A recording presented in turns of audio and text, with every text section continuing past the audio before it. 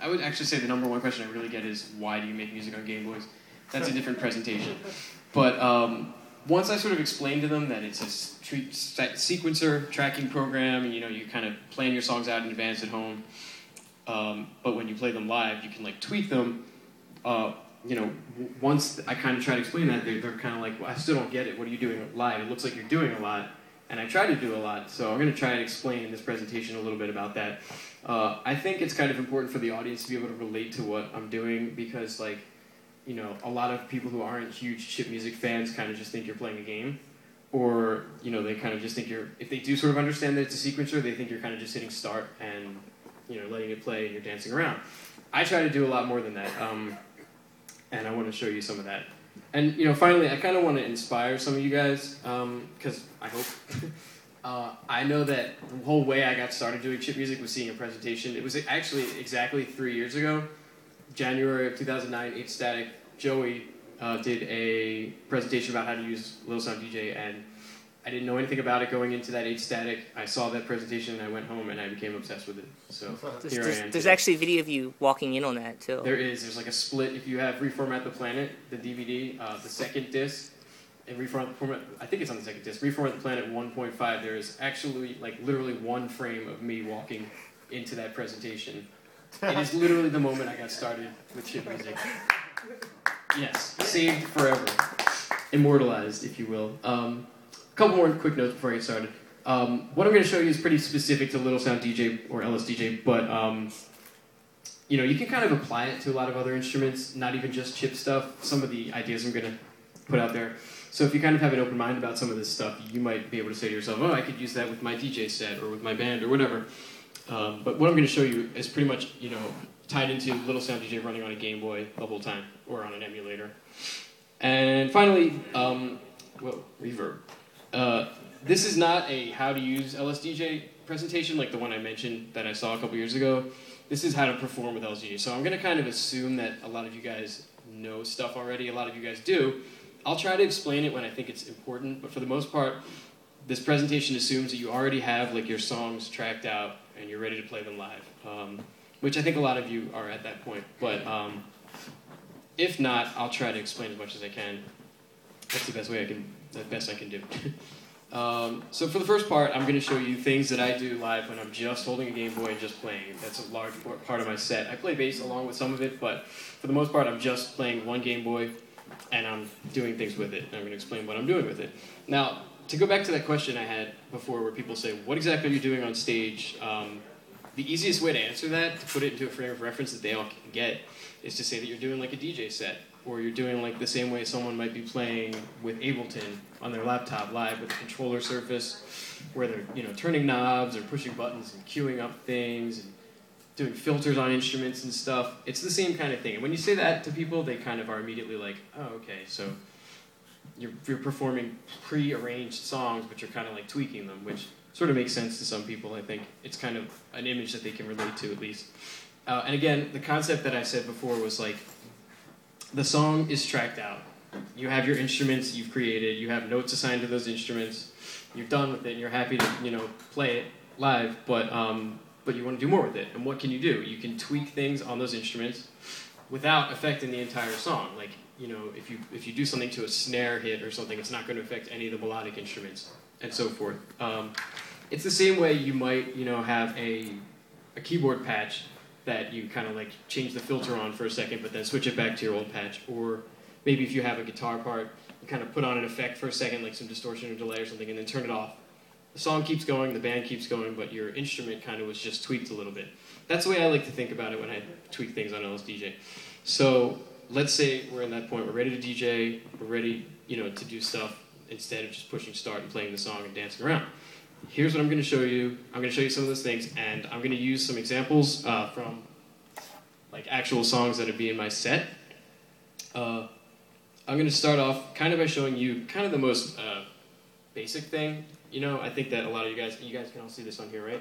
Another thing I want to say real quick, you can see in this emulator, at the bottom right there, it lights up with whatever button I'm pressing. You see that?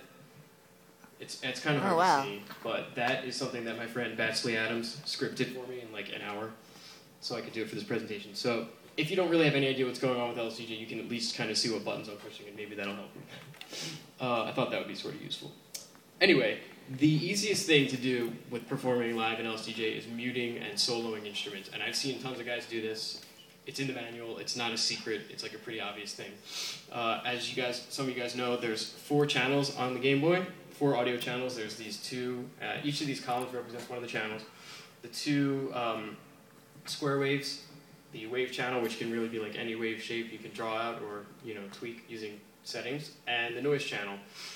When you're in regular song mode, as you can see in the top left there, it says song.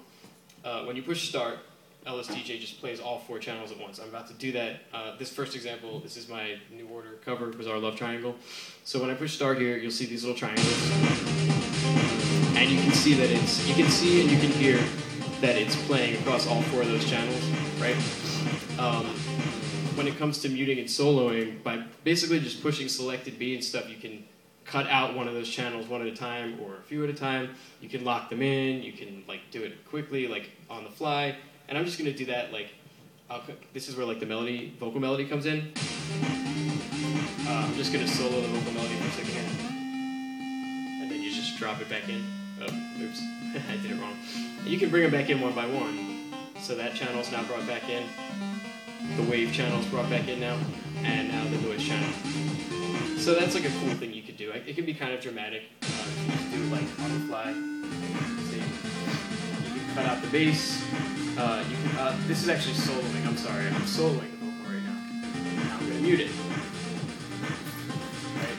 You can mute the kick drum and the bass drum. Right. Anyway, so that's a pretty basic thing. Pretty easy. You see a lot of guys do it.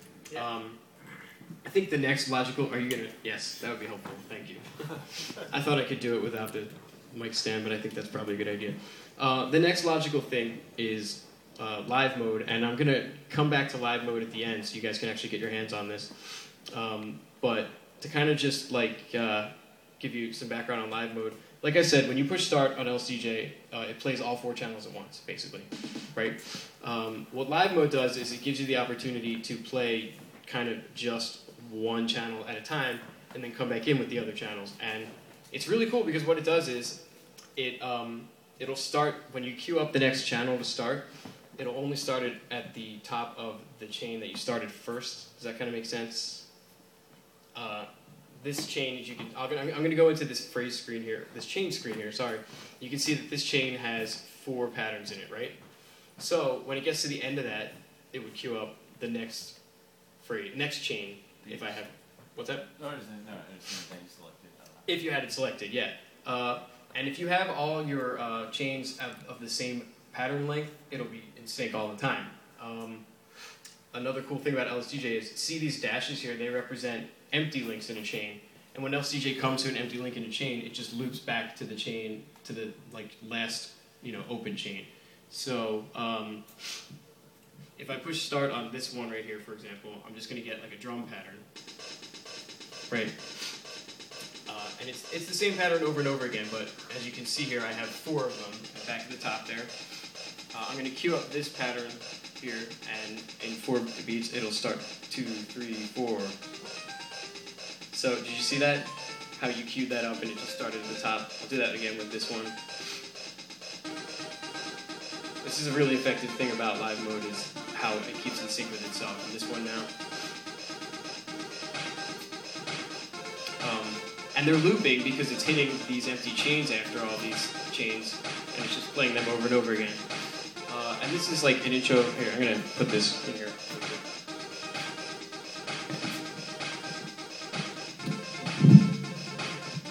There we go. That's good. Check. There we go. So, hey. Thank you. This is my roadie. He's going to be playing later. Yeah, perfect. Perfect. That's good. Thank you. So that's live mode. I use it for this song to kind of build up an intro, the same way I just had it. And then the cool thing is you can select a couple at the same time and they'll all drop at the same time. So once it comes to the top of this chain, it's really going to start the real song. Ready? And then you can just go back into song mode and play through the track normally. Now the cool thing about this is you can actually arrange entire songs by using empty links. And you can just have these blocks and you can jump around. I'll just, select a couple random things here, and it's almost like a remix of the song. So like,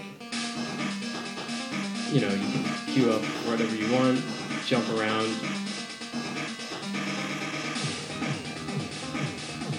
And it's just a little bit more than the way that you have the song tracked out. It's just another way to perform, and there's a lot of powerful stuff you can do with live mode. And again, I'm going to get back to that at the end. But now I'm going to get back to like what I said before, as if, I don't use live mode too much, so I'm going to get back to like, what if I just have my songs tracked out and I want to tweak some of the instruments? I'm going to open another, actually I'm going to stay in Bizarre Love Triangle here, sorry. One of the things that I do most common, I'm going to kind of go through this like channel by channel. So one of the things that I might do to a pulse instrument is change the duty cycle of it. So we'll go into the instrument screen, and this instrument 9 is the main melody. That's like the main vocal melody of the song. I have it set to this pulse width here, this duty cycle, sorry. And basically, duty cycle is kind of an electronics term. It's like the ratio of the square wave being up to it being down. And LSDJ has 4 different settings, or the Game Boy sound chip has 4 different settings for that. And they kind of have just different tonal qualities, I guess. I'll just go through them. So that one's kind of bassy, you hear that? This one's a little more nasal. And this one's like real nasal. Do you guys hear the difference? Yeah. All right, that's getting annoying. What I like to do is kind of like change them as I'm playing through the melody, because I think it kind of gives it like a vocal kind of effect. Like, if you were saying syllables, your mouth shape would change. And since the song was originally sung, I think it kind of adds a kind of lyrical quality to it. So I'm going to just do that.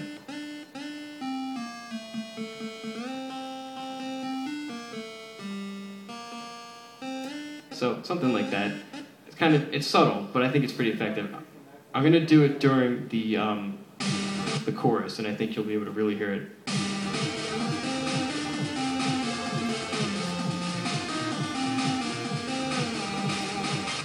So that's just an idea that I kind of like to mess around with sometimes. I just feel like it's more lyrical. Basic, subtle, but it's a cool thing to do. Another thing I like to mess around with is the length of notes. And this is a part in my song Lemonade Stand Tycoon. This is the part of the song that I'm going to be messing with. This is what it sounds like just without messing with the instrument length at all, the note length at all. And the thing I want you guys to focus on is this. So you hear that there's no change in that length. It's like consistently just kind of streaming into itself. What I'm going to do is mess with that, and it almost kind of, like if you think about a guitarist playing a chord or something, he's not always just pounding on it. Sometimes he'll be doing it with the same attack, but sometimes you might mute it, like palm muting, or kind of like let it ring either a note or a chord or whatever. And I kind of like to do that with notes in songs sometimes. So I'm going to do that with that like melody. I'll play it by itself at first so you can sort of hear it. Go into here, and here's the length setting. So I'm going to make it shorter. You can make it like really short. And then you can make it like really long. Oops. So now I'm going to play the whole part again, and I'm going to adjust that and just see it in action.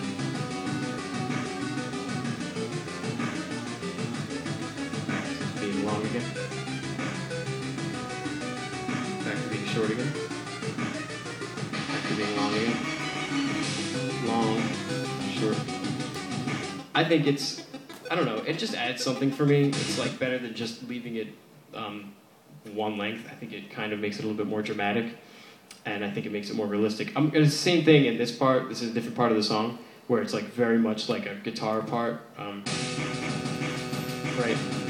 As if you're just strumming the chords. I like to mess with the length here, so it really sounds like you're kind of strumming it at different rates. I think it's a little bit more effective here. Right? Kind of like a palm mute there. Now like longer. Shorter again.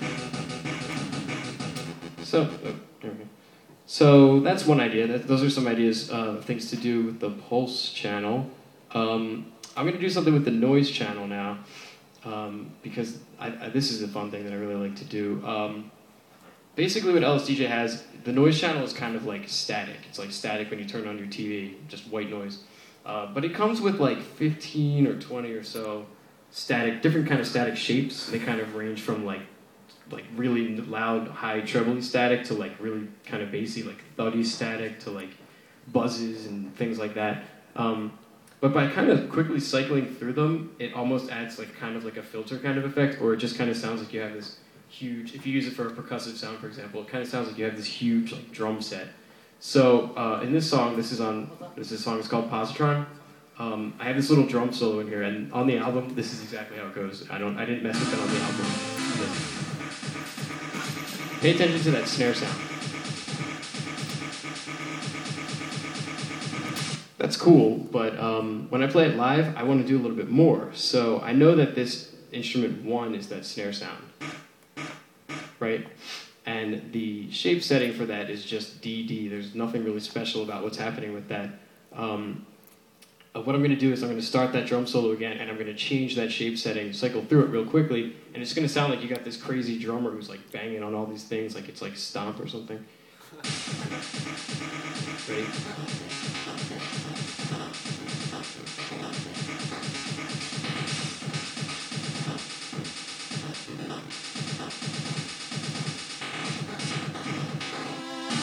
So, did you guys get that? It adds just a little bit more like a kind of melodic thing almost to the drums. When you have the same instrument being triggered over and over again, if you're messing with the shape, every time it hits, it's going to sound different. So that's a way I think to make your kind of drum sounds a little more interesting. And that's something that would be hard to do, pre-program. Oh yeah, you could do it. All this stuff you really could do pre-programmed if you want, but It would require an instrument for every one. Though. Yeah, you'd have to either do a separate instrument. You can actually use the S command in the command column, but I don't know, something about doing it live is more expressive to me. I have like an improv background. I'm always trying to think of ways to actually just interact with my songs rather than just play them. This is the same kind of thing. I'm going to do the same kind of thing on a hi-hat sound. So this is like a drum and bassy type beat. So you hear that really fast 16-note hi-hat pattern there. I'm going to do the same thing with that instrument, and it's going to create, again, like a filtered kind of sound. So here we go. That's instrument 15. Ready?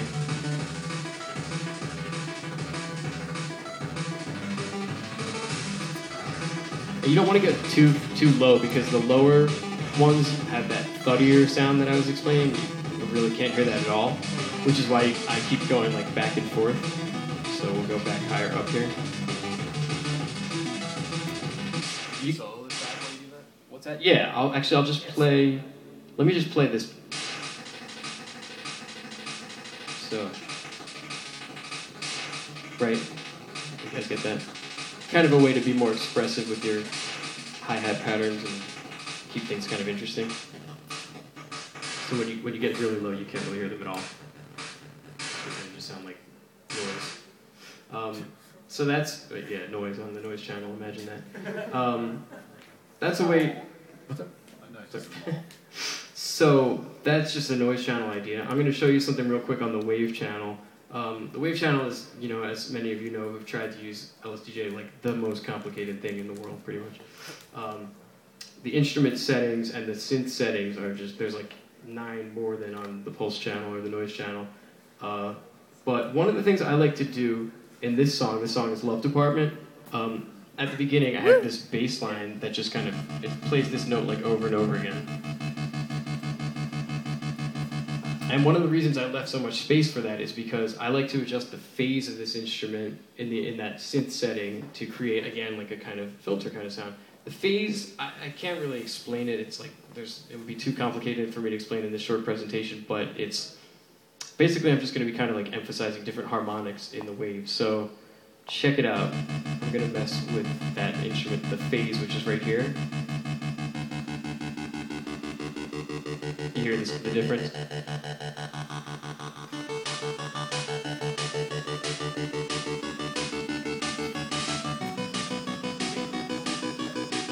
What's up? What's that? It's changing the phase, sort of. Yeah. If it were a square, yeah. This is a triangle. Yeah, effectively, yeah. It's not, yeah. Yeah. This is what the wave looks like. But I can actually change the phase of it, and you'll see that it now looks different, right? It's, again, hard to explain in a short presentation, but that's what it's changing. And I think it's effective. You know, in fact, you can change a lot of these wave settings and just kind of see what they sound like. As long as they're not stopping the note altogether, it can be kind of interesting. One thing I'm going to do real quick, aside from just like generic instrument settings, I'm going to kind of create or show you some stuff you can do with tables. This is like the epitome of something that I could just do in the song. I have an instrument here. This is what it sounds like. This is what this part of the song sounds like. Sorry. This is what this part of the song sounds like without me doing anything to it. And pay special attention to this. Here when it's like suspending that note, it's just kind of like ringing out. It's not modulating or anything. I think that gets kind of boring. Now, I could just go in here and add like a vibrato command in here. I don't know. That would be boring. What I really want to do is put a table on that instrument and trigger vibrato whenever it hits that suspended note. So you guys know, like vibrato, sometimes you see like a keyboard player do this kind of thing with this modulation wheel. Yeah, he'll be like doing a crazy keyboard, exactly. Doing a crazy keyboard solo, and he'll hit like this epic note, and he'll just be like, you know, or like a metal guitarist might do it with a whammy bar or something. I like to do the same kind of thing with these notes. So I'm going to go into this instrument, I'm going to go into the table, and I'm going to set up a vibrato command like here. Doesn't really matter where you do it. And right now, if it's at V00, it's not really going to trigger. It's not going to make any difference. But if I put it on, you hear that vibrato now. So what I'm going to do is I'm going to play like the song. I'm going to go back to that, and when I want to put that modulation on, I'm going to change that. So like now.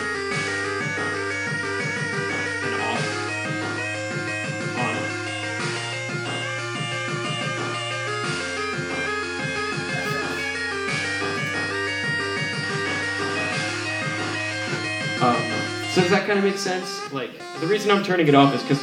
Oh my god, stop.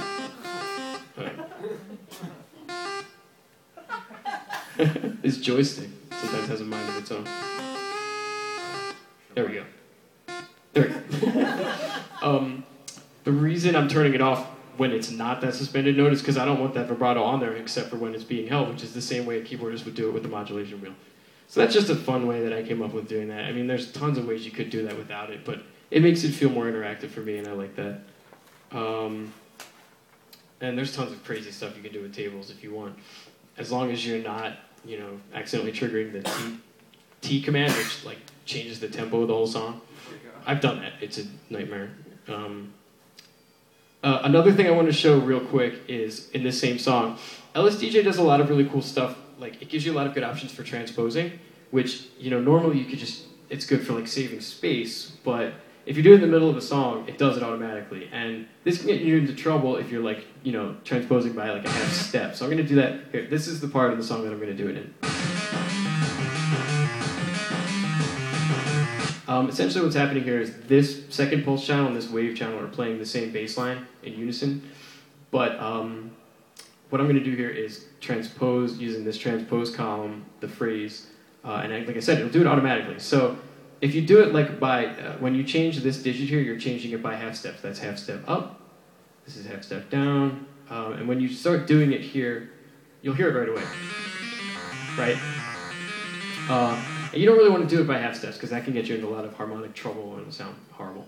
But the cool thing about LSDJ is if you push up and if you push down, it'll automatically do octaves, and that's really useful when you're playing live because you can't go wrong with octaves, really.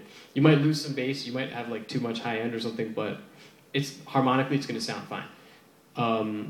And you know, you can be sure that it's, you know, a full octave, which would be 12 half steps because it goes 1, 2, 3, 4, 5, 6, 7, 8, 9, 10, 11, 12. Again, push down, it's automatically down to 0, 12. Does that make sense? So now I'm just going to play it. I'll play it by itself.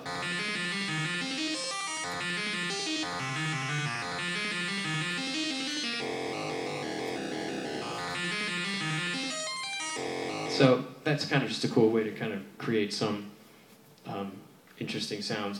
And when you play it like all together, you can, make it just sound a little bit more unique. But you have to, navigate quickly back and forth. Oops, see, I screwed it up. I accidentally pushed right instead of up, and then there were some bad notes in there. But that's the idea with transposing, and you heard that it did it up right away, which is really cool for live performance. So those are a couple things that I do with instruments live. Just some ideas. There's plenty more you can do. The point is, like, mess around with them, and as long as you're not doing anything that screws them up, at least it's going to be interesting, and at least it's going to keep you not bored on stage, which is important. The best advice I can give you in doing this is to know your songs. If you're going to change, for example, if you're going to change the shape of a snare instrument, but that snare instrument comes back later in the song, you want to make sure that you set it back to what it was. So if you remember what the original shape was, you want to set it back to that before that hits again. Does that make sense? You'll also, you can also clone those instruments so you have the ones that you're playing live don't affect the rest of the song when it comes back in. That's another way to do it. And another piece of advice is to not save once you've done this. I'm going to load my next song, and it's going to ask me if I want to discard changes. I'm going to say yes, because as I said before, we have our songs ready, and we're ready to play them live, which means sort of the way that we had saved them was the way we wanted that canvas to be when we went to play it live, right? Unless you come up with a sound that you really like when you're playing live, maybe you want to save it. That just happened to me too. But generally, you don't want to save it. So I'm going to leave this up for now, but I'm going to do some other stuff without the emulator for a minute. I'm going to show you the next part about this presentation is going to be about transitions. Once you have your song performance down and everything,